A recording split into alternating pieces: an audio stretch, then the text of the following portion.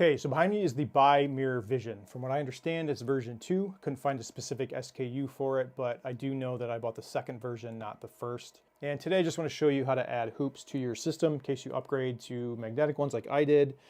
We got to add them in there. So there's two ways you can do it, and I'll show you both.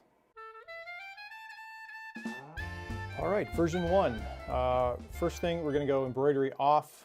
Okay, so make sure embroidery is off. We're going to go into our frames. We can see the default ones right away.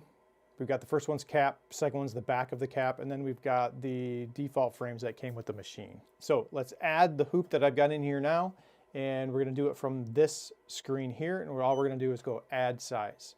What I have is a rounded one. We're gonna go next.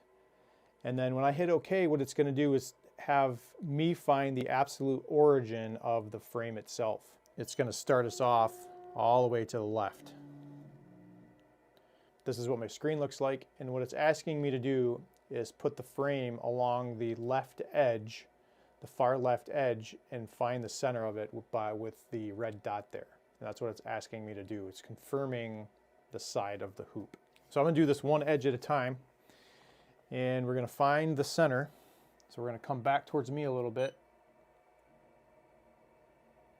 and then we're gonna go to the right. And I'm going to push the needle down to where it is not hitting the side. So if you look at these frames closely, what you'll find is like there's an edge here, there's an edge down below, then there's another step even below that. And so there's like 3 steps in these magnetic hoops. If you add these hoops and you configure it to where the needle misses the side of all of it, all of the hoop completely, it basically shrinks the embroidery area too much. And so I am going to use this top lip here on this hoop. And so I'm going to go back in a little bit. I found the center. I'm going to come in just a touch. So I'm basically putting it right on the lip of this edge here. I'm going to click next, and then it's going to have me go to the back. And I'm going to do the same thing. I'm going to find the absolute center. And I'm going to make sure that this doesn't hit the back there. And my needle is right in the center. I'm going to click next on that one.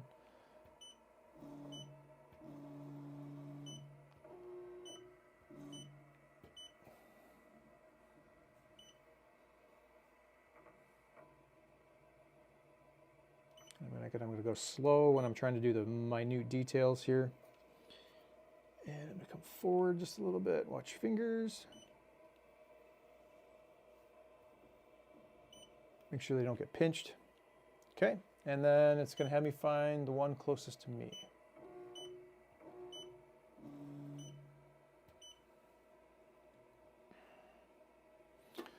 For this one, I don't want my finger in there.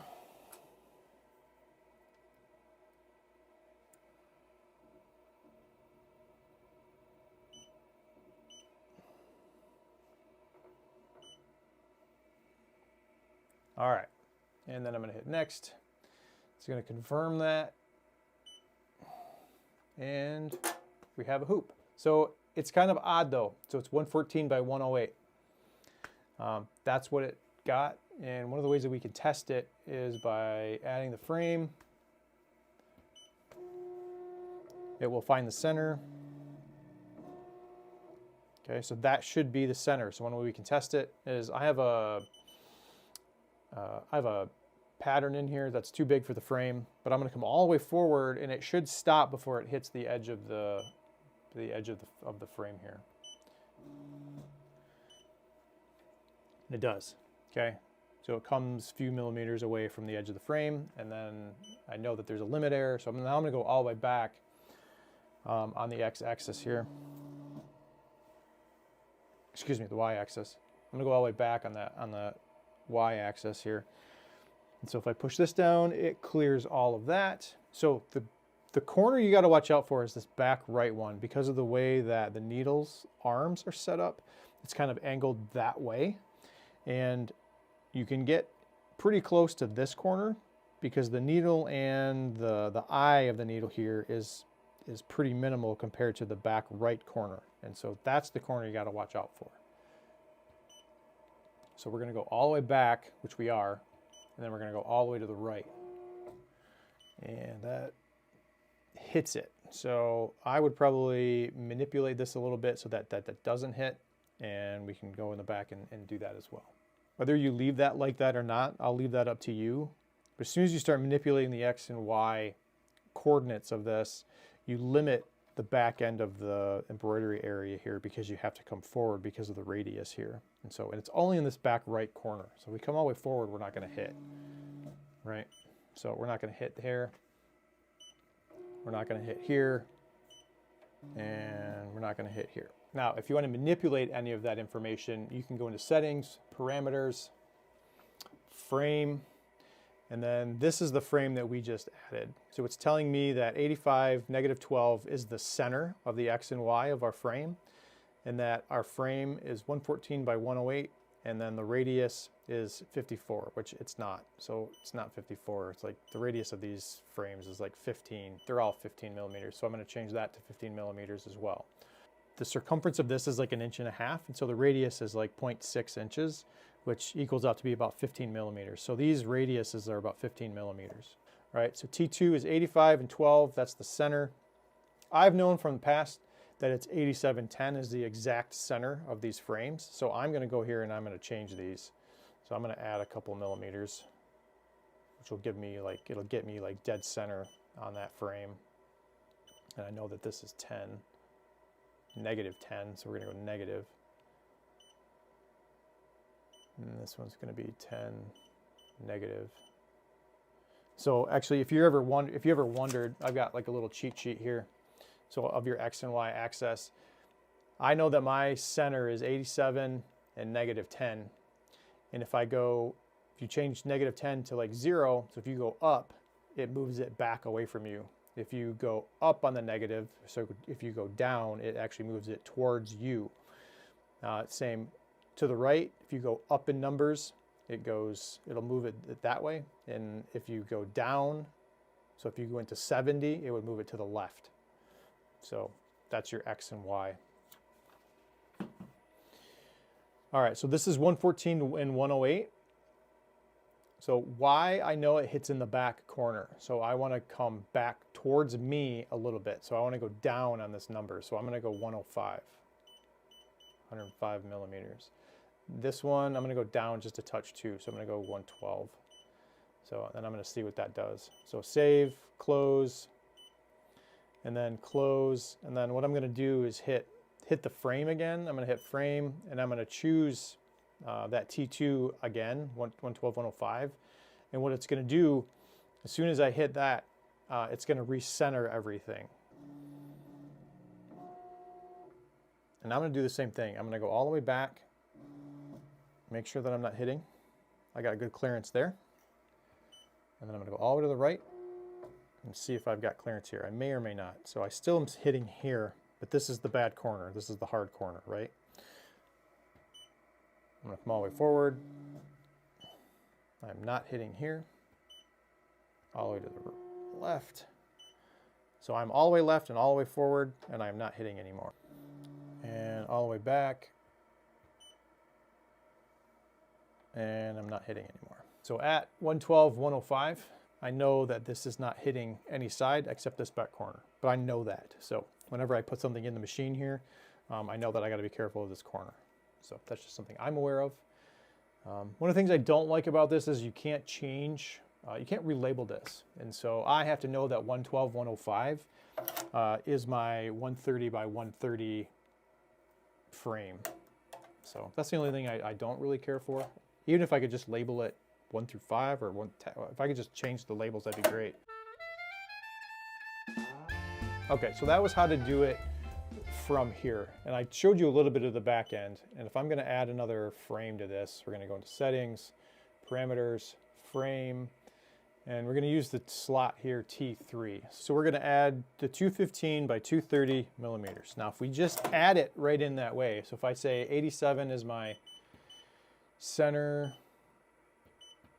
10 to the negative is my Y center, and what I say, 215 by 230, so 215 by 230, and then I know my radius is 15. Let's say that we do that, right? That's an easy way to do it. Close, frame, 215 by 230. I know that this matches those numbers. We don't have the cap on there. All right, so one of the ways that we can check that this is center is I'm going to push down a little bit, and I'm going to come forward. Ooh, so if you're looking where I am, the needle is to the right, just a hair. So I know, let's go back to my X and Y sheet here. I know, let's put it right here. I know that if I go up in numbers, it's going to move the center to the right. If I go down in numbers, it's going to move it to the left.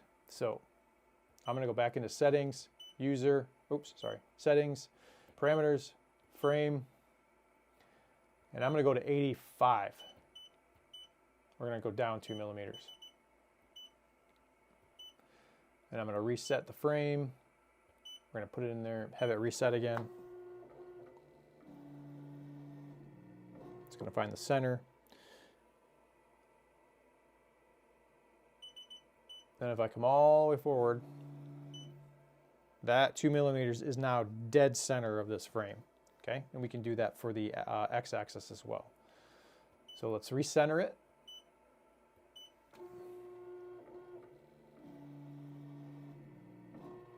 And I'm just going to choose to go to the right. It doesn't really matter if you go right or left, but.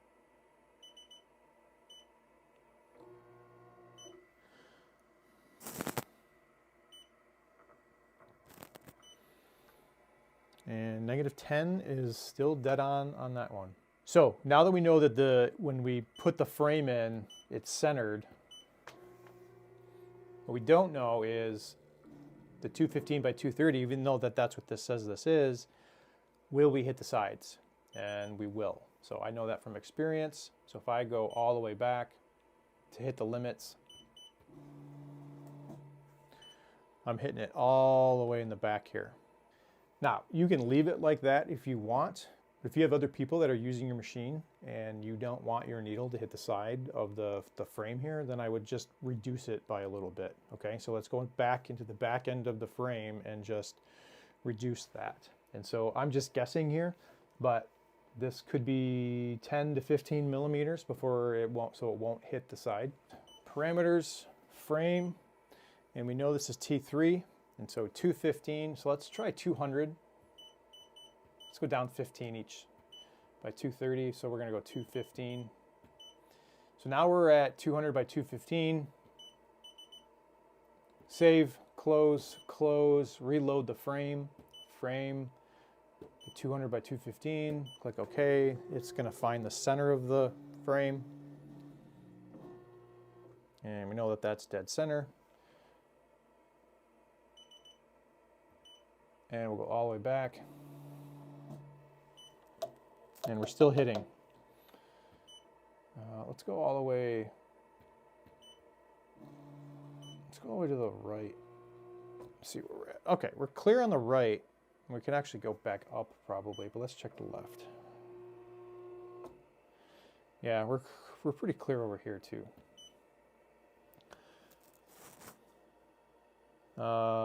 This frame is longer, so 215 by 230, so it's longer on the second. So we got to go settings, parameter, frame. So it's longer. Y is front and back, and so we're going to go down on that. So we're going to go 205, and actually we can go up. We could probably go 205 on that. Doesn't make much sense.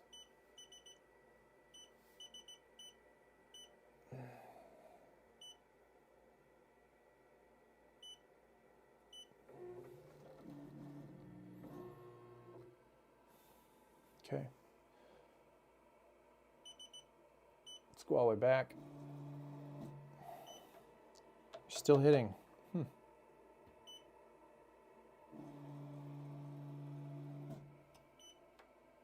clear on the front.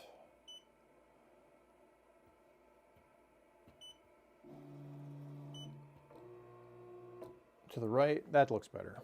So I still have some clearance, but I'm pretty close to the edge over there, but I'm pretty, you know, my tolerance here is pretty good. Let's go the other way. All right, so I like my x-axis. I still don't like my y. So I'm gonna go back into my settings, parameters, frame, and I'm gonna change the y to 200 now. Still might have to go farther. Save, reload the frame. It's gonna recenter itself.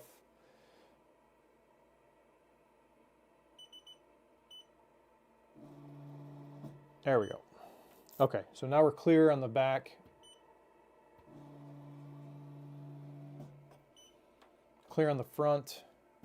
I guarantee you we're not clear on that back right corner though. So let's go back.